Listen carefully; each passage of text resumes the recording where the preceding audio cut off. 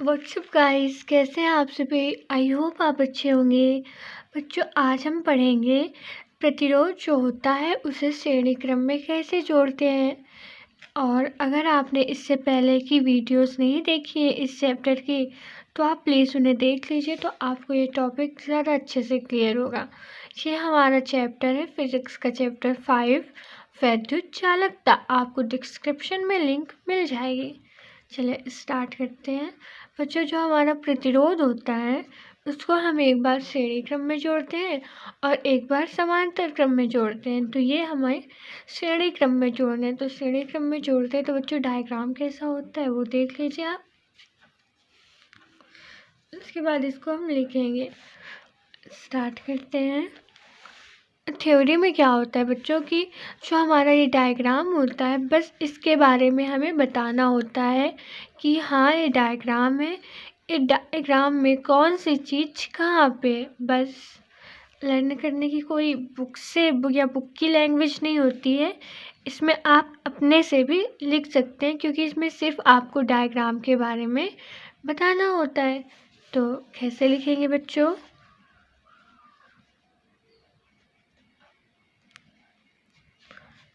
माना A B C और C D और डी ए, मतलब ये हमारी चारों भुजाएं, ये हमारी चारों भुजाओं को श्रेणी क्रम में जोड़ा गया है।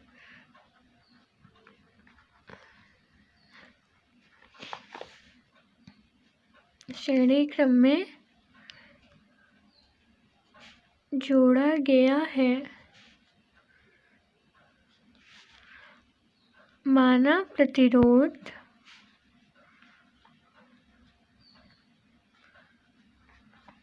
क्रमशः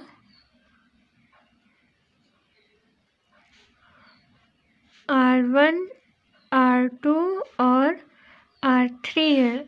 मतलब जो ये हमारा प्रतिरोध है इसमें R1, R2 और R3 प्रतिरोध है। ठीक है बच्चों। आगे जो ये हमारे प्रतिरोध है इसमें I एम्पियर की धारा प्रवाहित होती है। इसमें I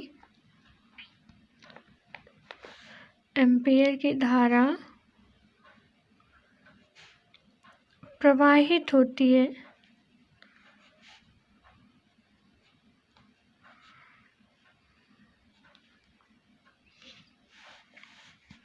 तथा इनके बीच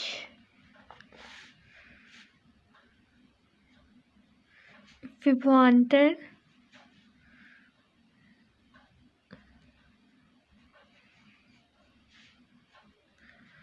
V1, V2, V3, ये इनका विभवांतर हो गया। फिर हम लिख देंगे ओम के नियमानुसार, ओम के नियमानुसार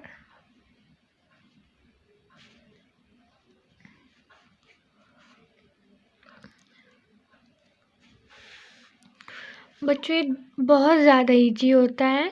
बस इसको समझने की ज़रूरत होती है कि आप इसको कैसे समझते हैं। श्रेणी क्रम और समांतर क्रम कुछ नहीं होता है, बस फॉर्मूला एक याद रखना होता है। बच्चों इसमें जो फॉर्मूला होगा वो होगा V=I/R। बस आपको इसे याद रखना है। आप पूरी इसकी सॉल्विंग कर लेंगे। बस क्या आपको याद रखना है, V=I/R। क्लियर हुआ बच्चों। V क्यों लिखा है, क्योंकि देखिए V हमें विभवांतर दिया हुआ है और हमें R दिया हुआ है, तो हमें ज्ञात क्या करना है, I। कैसे निकालेंगे बच्चों, आइए देखते हैं। ये समझ आया आप लोगों को कि माना ABCD और DA ये एक चतुर्भुज है जिनको श्रेणी क्रम में जोड़ा गया है, और क्रमशः इनमें जो प्रवाहित हो रही है प्रतिरोध वो R1, R2, R3 है, और I एम्पीयर की धारा प्रवाहित हो रही है, और इनके बीच का जो विभवांतर है वो V1, V2, V3 है। आइए स्टार्ट करते हैं बच्चों। वीडियो को आप लास्ट तक देखेंगे तो आपको चीज़ें ज़्यादा समझ आएंगी। आगे स्टार्ट करते हैं।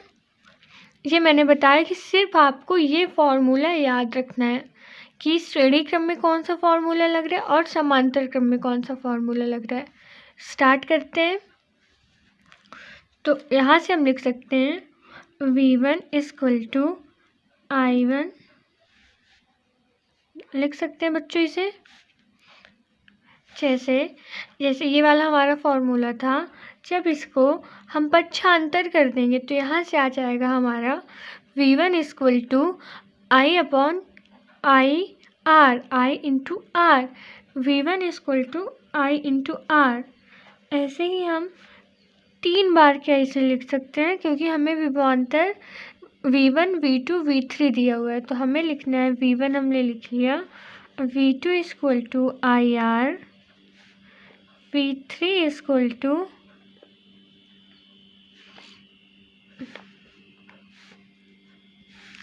ये देखिए बच्चों, जो हमें दिया हुआ था बस हमने वही लिख दिया। जो हमें दिया हुआ था हमें 3 विभवांतर दिए हुए थे और 3 प्रतिरोध दिए हुए थे, तो बस हमने इस फॉर्मूले का पक्षांतर करके ऐसे लिख दिया।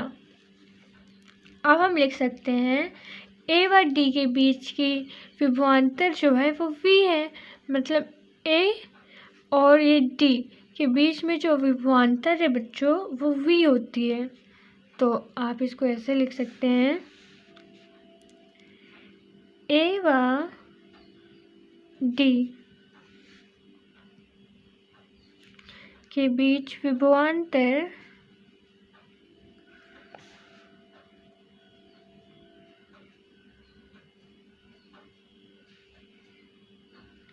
V होती है। तो यहाँ से हम क्या लिख सकते हैं बच्चों, जो हमें यहाँ पे दिया हुआ था V1, V2, V3, तो हम यहाँ से लिख सकते हैं V equal to V1 plus V2 plus V3। तो बच्चों हमने V1 क्या निकाला था, IR, IR2, IR3 ये निकाला है ना।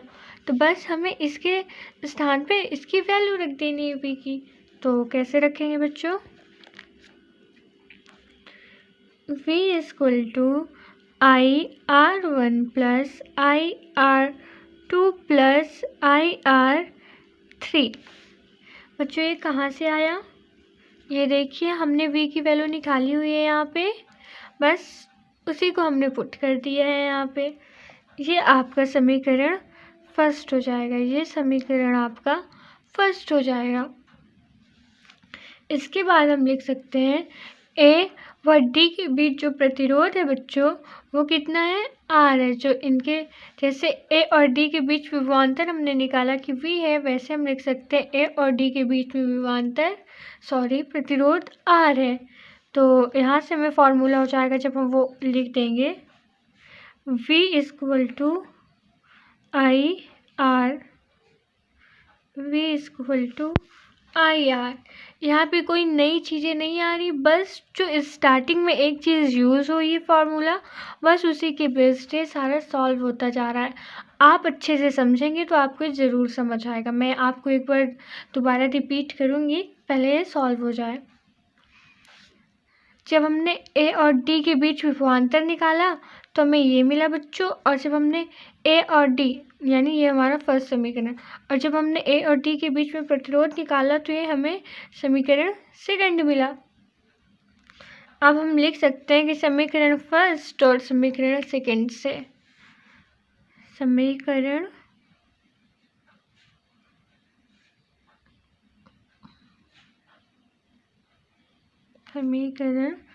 सेकंड से, तो इसे और इसे हमें ऐड करना है। कैसे करेंगे बच्चों, V इक्वल टू हमें कितना दिया हुआ है, IR, तो हम क्या इसे यहाँ पे लिख सकते हैं, IR इक्वल टू I। बच्चों जो हमारा ये वाली इक्वेशन है, इससे क्या हमें कुछ कॉमन मिल रहा है, हाँ इससे हमें I कॉमन मिल रही, तो हमने I को यहाँ पे कॉमन ले लिया और लिख दिया R1 plus R2 plus R3। तो यहाँ से आई कैंसिल हो जाएगा, आपका आ जाएगा R equal to R1 plus R2 plus R3। बस आपको यही तो प्रूफ करना होता है श्रेणी क्रम में, आपको यही तो प्रूफ करना होता है श्रेणी क्रम में। आई होप आपको ये समझ आया होगा। मैं आपको एक बार फिर से रिपीट कर देती हूँ कि हमें जब श्रेणी क्रम में प्रतिरोध को जोड़ना होता है तो पहले आपको याद रखना है कि इसका डायग्राम कैसे बनाना है। फिर उसके बाद जो आपने इसकी नेमिंग की हुई है उसको आपको लिखना है, जिसमें आपको ये याद रखना है कि प्रतिरोध हमें 3 दिए होंगे और विभवांतर भी 3 दिए होंगे। फिर उसके बाद आपको याद रखना है ये फॉर्मूला, फिर इसी फॉर्मूले से हम पूरी इसकी सॉल्विंग करते हैं। ये फॉर्मूला था, इसका हमने पंचांतर कर दिया तो ये आ गया, क्या आ गया, V इक्वल टू IR। फिर हमें जितने विभवांतर और प्रतिरोध दिए हुए थे वो हमने लिख लिया। फिर इनके बीच की दूरी अगर V है तो V हमने सबका वो कर दिया, V यानी जितने भी V थे उनको ऐड कर दिया।